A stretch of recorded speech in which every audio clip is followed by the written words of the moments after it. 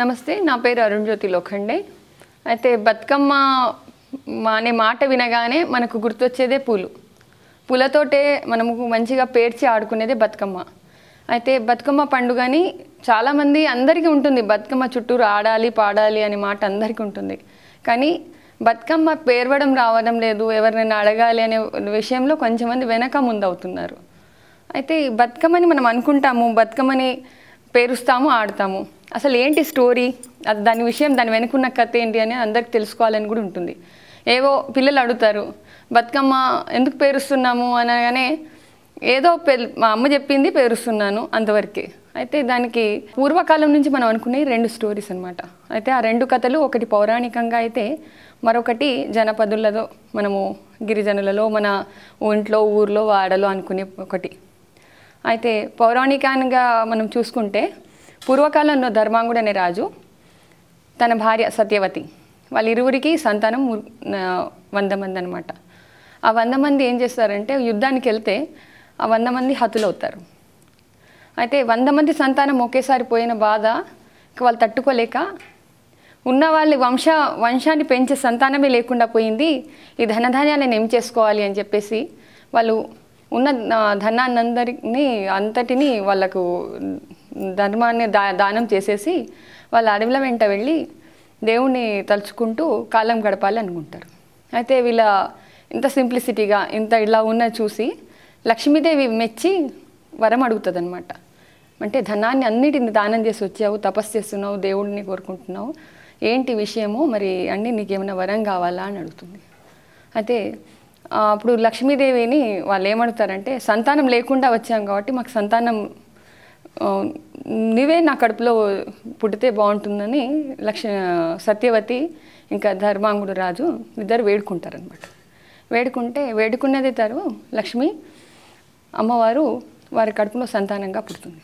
అయితే ఆమెని చూడ్డానికి ఋషులు మునులు అందరూ వచ్చేసి ఆ తల్లిని చూసి ఆ సమయంలో బతుకమ్మ అని పేరు పెడతారనమాట. అయితే ఆ నోట ఈ నోట పాకుతూ బతుకమ్మ అనే పాట అందరికీ ఈ బతుకమ్మ పండుగకి మనకి ఈ ట్రెడిషన్కి మనకి దగ్గరగా వచ్చిందనమాట.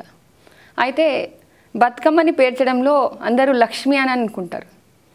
పేర్చిన తర్వాత కూడా ఈ సాయంత్రం సంధ్యా సమయంలో మనం బతుకమ్మని తీసుకెళ్ళడం అంటే లక్ష్మమ్మ వారిని పేర్చి ఉదయం పూట పూజ చేసి సాయంత్రం ఆడడానికి తీసుకెళ్తారనమాట. అయితే ఇది పౌరాణికం. అయితే ఇంకొక కథ ఏంటి, మనం జనపదుల్లో ఉంది, ఇప్పుడు మనలో ఉంది అని అనుకునే విషయానికి ఏంటంటే ఒక చెల్లె ఒక అన్నయ్య కథ అనమాట. ఇది అన్నమాట ఒక అన్న చెల్లెలు ఇద్దరు చాలా అన్యోన్యంగా చాలా బాగా ఎంతో వాళ్ళ సంతోషాన్ని వాళ్ళ దుఃఖాన్ని ఇద్దరు ఒకరికొకరు పంచుకొని చాలా బాగా ఉంటుంటారు. అయితే ఆ అమ్మాయి పెరిగే కొలది, ఇప్పుడు ఈ లక్ష్మీదేవి స్టోరీ మీకు సగమే చెప్పాను కదా, లక్ష్మీ అమ్మవారు పెరిగాక వయస్సు పెరిగిన కొలది అష్టైశ్వర్యాలు, లక్ష్మీ దగ్గర అష్టైశ్వర్యాలు వస్తాయి కదా, అష్టైశ్వర్యాలు రాగానే చిత్రాంగుడు అనే రాజు మహావిష్ణువు రూపంలో వచ్చేసి ఈ లక్ష్మీదేవిని పెళ్లి చేసుకుని దాని తర్వాత ఆ సంతానం కలిగిన తర్వాత మళ్ళీ సిరి సంపదలు అన్నీ పిల్లలు ఏదైతే వాళ్ళు కోల్పోయి ఉంటారో ధర్మాంగుడు రాజు సత్యవతి అవన్నీ వచ్చేస్తాయి అన్నమాట. అయితే బతుకమ్మను పేర్చిన ఇంట సకల సౌభాగ్యాలు కలుగుతాయని పౌరాణికం చెప్తే, జనపదుల్లో ఏమో అన్నా చెల్లెలు అనుబంధం ఉంది రాస్తుందండి. అయితే అన్నా చెల్లెల అనుబంధం ఎలా అంటే చాలా చక్కగా ఇద్దరు ఒకరినొకరు మంచి చెడుని పంచుకొని చక్కగా ఉండేవాళ్ళు.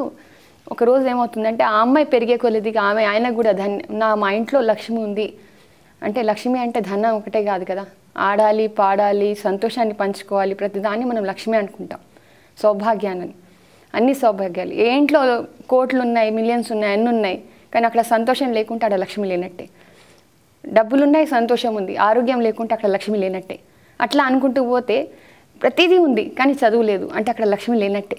అలా అష్టైశ్వర్యాలు అంటే అన్నీ ప్రతిదీ ఉన్నదాన్ని లక్ష్మి అనుకుంటాం. అయితే అలా కాకుండా వీళ్ళ ఇంట్లో ఎలా ఉంటుందంటే అన్నీ బతుకమ్మ అని పేరు పెట్టుకొని వాళ్ళు ఎంతో బాగుంటుంటారు. అయితే అలా అయినప్పుడు ఆమెకి పెళ్ళైపోయి అత్తగారింటికి వెళ్తుంది. అత్తగారింటికి వెళ్ళినప్పుడు కూడా ఆ అమ్మాయి అత్తగారింట్లో అడుగుడగానే అక్కడ కూడా ప్రతి చోట ఆహ్లాదం అనేది బాగా పెరిగిపోతుంది. అక్కడ పెరిగిపోయినాక ఒకరోజు వదిన అనే ఆవిడ వీళ్ళ ఇంటికి ఎంటర్ అవ్వగానే ఆమెకి ఏంటంటే వస్తూ పోతూ చెల్లి అంటుంటాడు ఈయన, ఏంటి మీకు భార్య ఏమనుకుంటుంది, భర్త తన వైపే చూడాలి అనుకుంటుంది. పెళ్ళైపోయింది, ఇంటికి వెళ్ళిపోయింది, అత్తగారి ఇంటికి వెళ్ళిపోయినా మళ్ళీ చెల్లి చెల్లి అంటుంటాడు. ఆమె సంసారంలో ఆమె లీనమైపోయినప్పుడు అనుకుంటుందో ఏమిటో ఆవిడ. ఒకసారి అన్నయ్య లేనప్పుడు చెల్లి రావడం అవుతుంది. రావడం అయితే ఆమెని చంపి ఆమెని మళ్ళీ తెలియకుండానే ఆమెని సమాధి చేసేస్తుంది.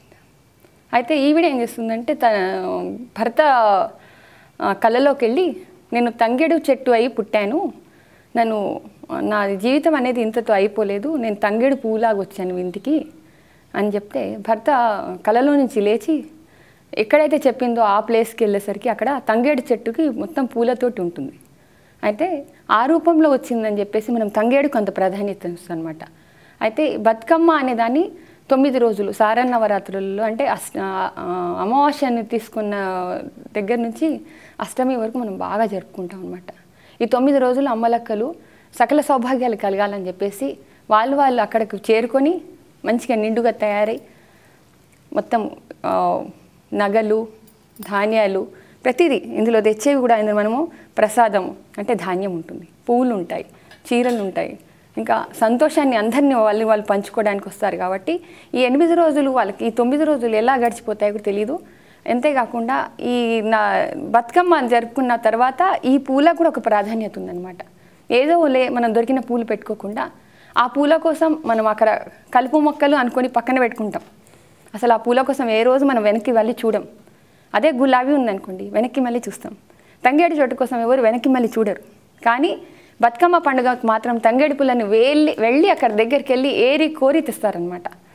అయితే తంగేడు, జిల్లేడు, గునుగ ఇవన్నీ పూలను తెచ్చుకున్నాక ఆ పూలకు ఒక ప్రాధాన్యత ఉందన్నమాట ఆయుర్వేద పరంగా కూడా. అయితే పిల్లలకు అవగాహన కలుగుతుంది. దీనికి ఆయుర్వేద పరంగా చాలా చాలా యూజెస్, మెడిసినల్ వాల్యూస్ ఉన్నాయి. కాబట్టి ఈ పరంపరని మనం మర్చిపోయినట్టు కూడా ఆ మునులు ఏర్పరిచారో ఏమో. అందుకోసం ఏదైతే ఏముంది, మనకు పూలు వచ్చే సమయానికి మాత్రం మనం బతుకమ్మని పేర్చుకొని చక్కగా ఆడుకొని పాడుకొని పండగ సెలబ్రేషన్ చేసుకోవాలనే ఉద్దేశంతో నేను ఈ బతుకమ్మ అందరికీ నేర్పించాలని మీ దగ్గరికి రావడం జరిగిందండి.